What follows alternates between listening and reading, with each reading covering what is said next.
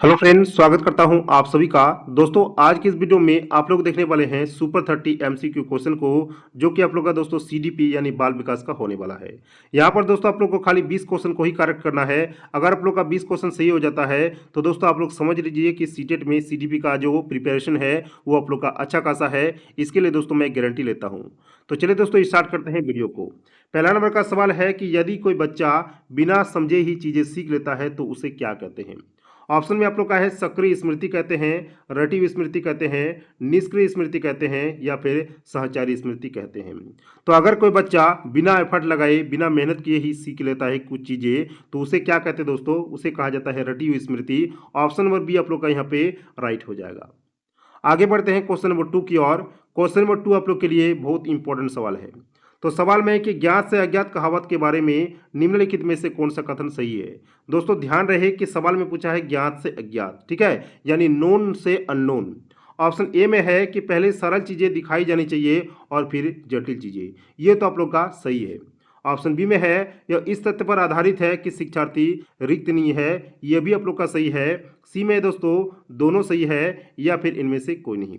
दोस्तों आप लोग का ए भी सही है, बी भी सही है। लेकिन दोस्तों अगर अकॉर्डिंग टू क्वेश्चन हम लोग देखें, यानी क्वेश्चन के मुताबिक अगर देखें तो आप लोग का ऑप्शन नंबर बी सही हो जाएगा। यहाँ पर दोस्तों बोल रहा है कि यह इस तथ्य पर आधारित है कि शिक्षार्थी जो है वो रिक्त नहीं है, यानी बच्चा जो है दोस्तों उसका दिमाग खाली नहीं है, कुछ ना कुछ भरा हुआ है, कुछ ना कुछ जानता है। तो ज्ञात से अज्ञात कहावत के बारे में आप लोग का ऑप्शन नंबर बी यहाँ पे राइट हो जाएगा। ठीक है, आगे बढ़ते हैं क्वेश्चन नंबर 3 की ओर।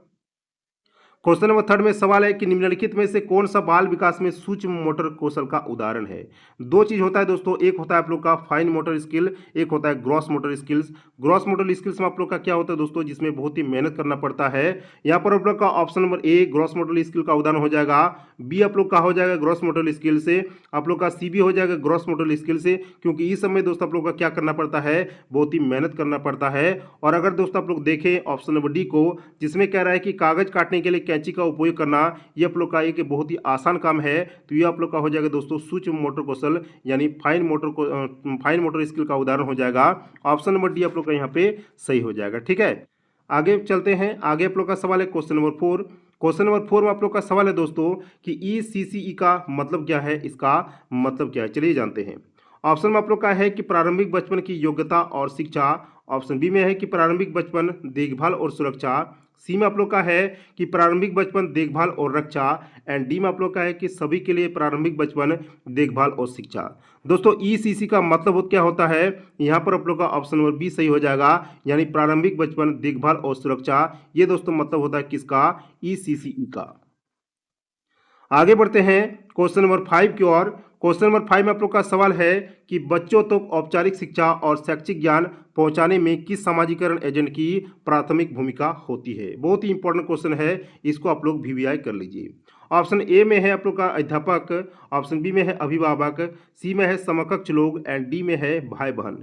दोस्तों इस सवाल का राइट आंसर यहाँ पे हो जाएगा टीचर यानी अध्यापक। ऑप्शन नंबर ए इस सवाल का हो जाएगा राइट आंसर। क्वेश्चन नंबर 6 पे आते हैं।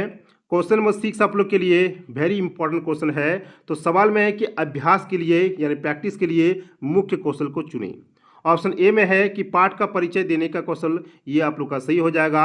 ऑप्शन बी में है कि ब्लैक बोर्ड का उपयोग करने का कौशल, ये भी आप लोग का सही हो जाएगा। सी में है कि प्रश्न पूछने का कौशल, सही हो जाएगा। ऑप्शन नंबर डी आप लोग का यहाँ पे सही हो जाएगा दोस्तों। तो अभ्यास के लिए दोस्तों यहाँ पर तीनों कथन जो है यानी ए बी और सी, ये सारे के सारे कौशल आप लोग का सही हो जाएगा। आगे बढ़ते हैं क्वेश्चन नंबर 7 की ओर। क्वेश्चन नंबर 7 में आप लोग का सवाल है दोस्तों कि अध्यापन के पाठ्यक्रम के अंत में किस प्रकार का मूल्यांकन किया जाता है। ऑप्शन ए में आप लोग का है योगात्मक, बी में है आकलन, सी में है रचनात्मक एंड डी में आप लोग का है दोस्तों ए और बी दोनों। दोस्तों अध्यापन के पाठ्यक्रम के अंत में किस प्रकार का मूल्यांकन किया जाता है, तो अध्यापन के पाठ्यक्रम के अंत में दोस्तों योगात्मक मूल्यांकन का अध्यापन किया जाता है। ऑप्शन नंबर ए इस सवाल का हो जाएगा दोस्तों राइट आंसर। क्वेश्चन नंबर 8 पे आते हैं। 8 में आप लोग का सवाल है कि सीखने के परीक्षण और त्रुटि सिद्धांत के प्रयोग के लिए थर्नाडाइक ने किस जानवर को लिया था। ऑप्शन में आप लोग का है चूहा को, कुत्ता को, बिल्ली को या फिर चिंपांजी को। तो दोस्तों सीखने के परीक्षण और त्रुटि सिद्धांत के प्रयोग के लिए थर्नाडाइक ने बिल्ली को, ठीक है, बिल्ली को जानवर के रूप में लिया था। ऑप्शन नंबर सी आप लोग का यहाँ पे राइट हो जाएगा। Question number 9। क्वेश्चन नंबर 9 में आप लोग का सवाल है कि जो व्यक्ति साइकिल चलाना सीख लेता है वो आसानी से मोटरसाइकिल चलाना सीख जाता है तो इसे आप लोग क्या कहते हैं? सकारात्मक स्थानांतरण, नकारात्मक स्थानांतरण, द्विपक्षीय स्थानांतरण या फिर इसे कहते हैं आप लोग शून्य स्थानांतरण। दोस्तों जो व्यक्ति साइकिल चलाना सीख जाता है वो आसानी से साइकिल भी चलाना सीख जाएगा, वो आसानी से दोस्तों चार पहिया वाहनों को भी चलाना सीख जाएगा। तो इस प्रकार के स्थिति को, इस प्रकार के स्थानांतरण को कहा जाता है ऑप्शन नंबर ए, यानी इस प्रकार के स्थानांतरण को कहा जाता है सकारात्मक स्थानांतरण। ऑप्शन नंबर ए इस सवाल का हो जाएगा right answer. Question number 10, question number 10 में आप लोग का सवाल है कि आपके विचार में छोटे बच्चों को कोई विषय यानी कोई सब्जेक्ट याद करने में मदद करने का सबसे अच्छा तरीका क्या है? ऑप्शन ए में है इसे दिल से समझना, ध्यानपूर्वक हृदय से स्मरण करना, इसे समय समय पर दोहराना और याद करना, इसे मस्तिष्क में संग्रहित करना। आप लोग का यहाँ पर डी राइट हो जाए, गलत हो जाएगा। दोहराना और याद करना ये भी आप लोग का दोस्तों रॉन्ग हो जाएगा। स्मरण करना ये भी आप लोग का रॉन्ग हो जाएगा। तो ऑप्शन नंबर ए आप लोग का बचा है जो कि यहाँ पर सही हो जाएगा, जिसे दोस्तों आप लोग का कह रहा है कि इसे दिल से समझना। ठीक है, आगे बढ़ते हैं क्वेश्चन नंबर 11 की ओर। क्वेश्चन नंबर 11 में सवाल है कि कौन सी शिक्षण पद्धति छात्रों को संगति, ठीक है, संगति, क्रियाकलाप और सहयोग सीखने में मदद करती है यानी हेल्प करती है? ऑप्शन में आप लोग का है प्रदर्शन, परियोजना कार्य, समस्या को सुलझाना एंड परियोजना कार्य। राइट आंसर हो जाएगा दोस्तों इस सवाल का। यहाँ पे आप लोग को जो देख रहे हैं दोस्तों परियोजना कार्य, यहाँ पर आप लोग का जो ऑप्शन था वो नॉन था, मिसप्रिंट हुआ है थोड़ा बहुत, इसको आप लोग देख लीजिएगा। ठीक है, यहाँ पर आप लोग का नॉन है, तो आप लोग का यहाँ पे दोस्तों ऑप्शन नंबर बी सही हो जाएगा, यानी परियोजना कार्य जो है यह छात्रों को संगति, क्रियाकलाप और सहयोग सीखने में मदद करती है, हेल्प करती है। ऑप्शन नंबर बी इस सवाल का हो जाएगा राइट आंसर। ठीक है, आगे बढ़ते हैं क्वेश्चन नंबर 12 की ओर। क्वेश्चन नंबर 12 में आप लोग का सवाल क्या है दोस्तों, चलिए देखते हैं। सवाल में है कि छोटा बच्चा शुरू में एकल पृथक बोलना सीखता है, बाद में इन वाक्यों को भाषा के रूप में जोड़ सकता है, यह विकास का कौन सा सिद्धांत है? ऑप्शन में आप लोग का है कि विकास एक पैटर्न का अनुसरण करता है, सही है। ऑप्शन बी में है कि विकास सामान्य से विशिष्ट की ओर बढ़ता है। सी में आप लोग का है कि विकास निरंतर है एंड डी में आप लोग का है दोस्तों कि विकास जो है वो एकीकरण की ओर ले जाता है, जो कि आप लोग का दोस्तों सही हो जाएगा। तो ऑप्शन नंबर डी इस सवाल का हो जाएगा राइट आंसर। आगे बढ़ते हैं क्वेश्चन नंबर 13 की ओर। क्वेश्चन नंबर 13 में आप लोग का सवाल है दोस्तों कि एक बच्चा अपनी माँ को देखकर रो रहा है, सही बात है, जो लैपटॉप पर काम करने में व्यस्त है, यानी उसकी मम्मी जो है लैपटॉप पर काम कर रही है और वो काम करने में व्यस्त है यानी बिजी है। तो बच्चे का सामाजिकरण यानी सोशलाइजेशन सामाजिकरण के किस एजेंट से प्रभावित होता है? ऑप्शन ए में है प्राथमिक एजेंट, द्वितीयक एजेंट, प्राथमिक और द्वितीयक एजेंट दोनों एजेंट एंड डी में आप लोग का दोस्तों पूर्वानुमान एजेंट। दोस्तों इस सवाल का राइट आंसर यहाँ पे हो जाएगा ऑप्शन नंबर ए, यानी इस प्रकार के एजेंट को कहा जाता है प्राथमिक एजेंट। ऑप्शन नंबर ए इस सवाल का हो जाएगा राइट आंसर। क्वेश्चन नंबर 14 पे आते हैं। क्वेश्चन नंबर 14 में आप लोग का सवाल है दोस्तों कि एक विज्ञापन में एक बच्चे ने गूगल पर देखा कि महिला जो है वो खाना पका रही है, खाना बना रही है, और एक आदमी जो है, एक आदमी क्या कर रहा है दोस्तों, सोफे पर बैठकर अखबार पढ़ रहा है यानी न्यूज़पेपर को पढ़ रहा है। तो विज्ञान में लैंगिक भूमिकाओं को दर्शाया गया है। ठीक है, निम्नलिखित में से कौन सा एजेंट बच्चे के सामाजिकरण को प्रभावित कर रहा है? ऑप्शन ए में है विद्यालय, ऑप्शन बी में है समाज, सी में है परिवार एंड डी में है दोस्तों संचार मीडिया। दोस्तों इस सवाल का राइट आंसर यहाँ पे हो जाएगा ऑप्शन नंबर डी, यानी यह दोस्तों प्रभावित कर रहा है किसको, संचार मीडिया को। ऑप्शन नंबर डी इस सवाल का हो जाएगा right answer. Question number 15। Question number 15 में आप लोग का सवाल क्या है दोस्तों कि निम्नलिखित में से कौन सा भाषा अर्जन में महत्वपूर्ण भूमिका निभाता है? ऑप्शन एक में है आप लोग का, पहला नंबर ऑप्शन में आप लोग का है कि बच्चों की प्रेरणा, आत्मविश्वास, जिज्ञासा एंड समाज के प्रति रवैया। तो दोस्तों भाषा अर्जन में महत्वपूर्ण रोल अदा करता है, महत्वपूर्ण भूमिका निभाता है, वो आप लोग का हो जाएगा एक नंबर, यानी बच्चों की प्रेरणा, ये आप लोग का सही हो जाएगा। आत्मविश्वास भी सही हो जाएगा, जिज्ञासा भी सही हो जाएगा, लेकिन दोस्तों आप लोग का ये वाला रॉन्ग हो जाएगा, यानी समाज के प्रति रवैया, ये दोस्तों भाषा अर्जन में महत्वपूर्ण भूमिका नहीं निभाता है। तो ऑप्शन नंबर 4 जो आप लोग का यहाँ पे है वो रॉन्ग हो जाएगा। तो 1, 2, 3 आप लोग का यहाँ पे सही हो जाएगा दोस्तों, जो कि आप लोग का ऑप्शन नंबर सी में सही हो रहा है। ठीक है, आगे बढ़ते हैं क्वेश्चन नंबर 16 की ओर, जो कि आप लोग का एनईपी से है। तो एनईपी 2020 छात्रों के लिए कितने साल की स्कूली शिक्षा का प्रस्ताव करता है? ऑप्शन ए में है कि 10 वर्ष का, बी में है 12 वर्ष का, सी में है 14 वर्ष का एंड डी में आप लोग का है दोस्तों 15 वर्ष का। तो एनईपी 2020 छात्रों के लिए दोस्तों यहाँ पे 15, ठीक है, 15 साल की स्कूली शिक्षा का प्रस्ताव पारित करता है। ऑप्शन नंबर डी आप लोग का यहाँ पे राइट हो जाएगा। क्वेश्चन नंबर 17 में फिर से आप लोग का दोस्तों एनईपी से सवाल है। तो सवाल में कि एनईपी 2020 में उल्लिखित राष्ट्रीय अनुसंधान फाउंडेशन का उद्देश्य क्या है, यानी एनआरएफ का उद्देश्य क्या है। ऑप्शन ए में है कि उच्च शिक्षा में अनुसंधान और नवाचार को बढ़ावा देना, बी में आप लोग का है कि स्कूल में वैज्ञानिक अनुसंधान को प्रोत्साहित करना, सी में आप लोग का है कि अनुसंधान में अंतर्राष्ट्रीय सहयोग को सुविधाजनक बनाना एंड डी में आप लोग का दोस्तों ऊपर के सभी। राइट आंसर हो जाएगा दोस्तों इस सवाल का ऑप्शन नंबर डी, यानी दोस्तों आप लोग का यहाँ पर ए, बी और सी तीनों सही हो जाएगा। ठीक है, आगे बढ़ते हैं क्वेश्चन नंबर 18 की ओर। क्वेश्चन नंबर 18 में आप लोग का सवाल है कि डैश में विद्यार्थियों को एक स्वतंत्र खोजकर्ता के स्थान पर रखा जाता है। व्याकरण विधि, याद करने की विधि, अनुमानी विधि या फिर संश्लेषण विधि। राइट आंसर हो जाएगा इस सवाल का ऑप्शन नंबर सी, यानी अनुमानी विधि में विद्यार्थी को एक स्वतंत्र खोजकर्ता के स्थान पर रखा जाता है। ऑप्शन नंबर सी इस सवाल का हो जाएगा राइट आंसर। क्वेश्चन नंबर 19 में आप लोग का सवाल है कि सुधारात्मक कार्य कठिन हो जाता है। ठीक है, सुधारात्मक कार्य कठिन हो जाता है यदि बहुत सारी त्रुटियां हैं, यानी बहुत सारी मिस्टेक्स हैं। ऑप्शन बी में है समय रहते उपाय न किया जाए, सी में है कि संसाधन कम खराब है एंड डी में आप लोग का है कि कार्य ठीक से नहीं किया गया है। तो दोस्तों सुधारात्मक कार्य कठिन कब हो जाता है, इसका आंसर क्या हो जाएगा। तो दोस्तों इसका आंसर हो जाएगा ऑप्शन नंबर बी, यानी यदि समय रहते हुए उपाय न किया जाए तो सुधारात्मक कार्य क्या हो जाता है, कठिन हो जाता है, मुश्किल हो जाता है। ऑप्शन नंबर बी इस सवाल का हो जाएगा राइट आंसर। आगे बढ़ते हैं क्वेश्चन नंबर 20 की ओर। क्वेश्चन नंबर 20 में आप लोग का सवाल है कि निम्नलिखित में से कौन सी एक विचार प्रक्रिया नहीं है। ऑप्शन ए में है कि विशिष्ट गठन, बी में है राय का निर्माण, सी में है निष्कर्ष वापसी एंड डी में है दोस्तों आप लोग का गठन को समझना। राइट आंसर हो जाएगा इस सवाल का ऑप्शन नंबर ए, यानी विशिष्ट गठन, जो कि एक विचार का प्रक्रिया नहीं है। ऑप्शन नंबर ए इस सवाल का हो जाएगा राइट आंसर। क्वेश्चन नंबर 21 में सवाल है कि कोलबर्ग का नैतिक विकास का सिद्धांत किस प्रभावशाली मनोवैज्ञानिक के कार्य पर आधारित था।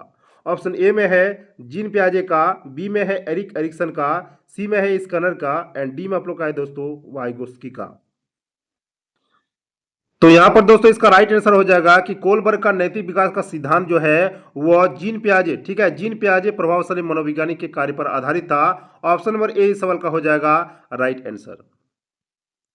क्वेश्चन नंबर 22 में आप लोग का सवाल है कि छात्रों के पूर्व ज्ञान और समझ की पहचान करने के लिए निर्देश से पहले किस प्रकार का मूल्यांकन किया जाता है।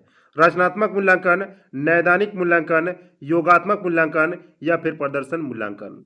दोस्तों इस सवाल का राइट आंसर यहाँ पे हो जाएगा ऑप्शन नंबर बी, यानी नैदानिक मूल्यांकन। ऑप्शन नंबर बी इस सवाल का हो जाएगा राइट आंसर।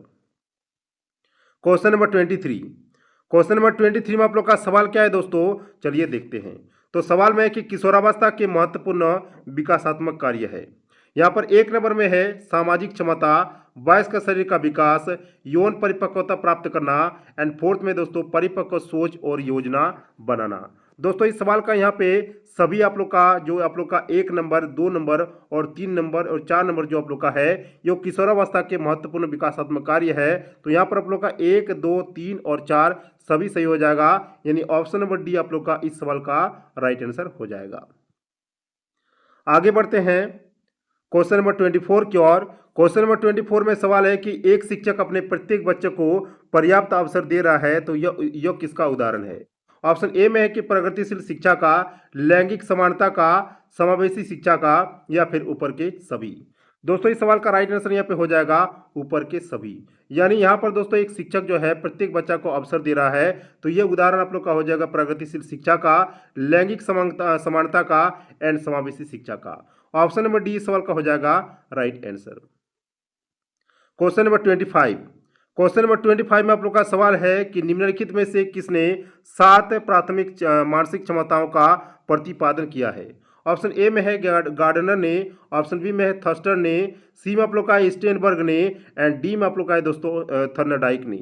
राइट आंसर हो जाएगा दोस्तों इस सवाल का ऑप्शन नंबर बी, यानी थर्स्टर्न। ऑप्शन नंबर बी इस सवाल का हो जाएगा राइट आंसर। आगे बढ़ते हैं क्वेश्चन नंबर 26 की ओर।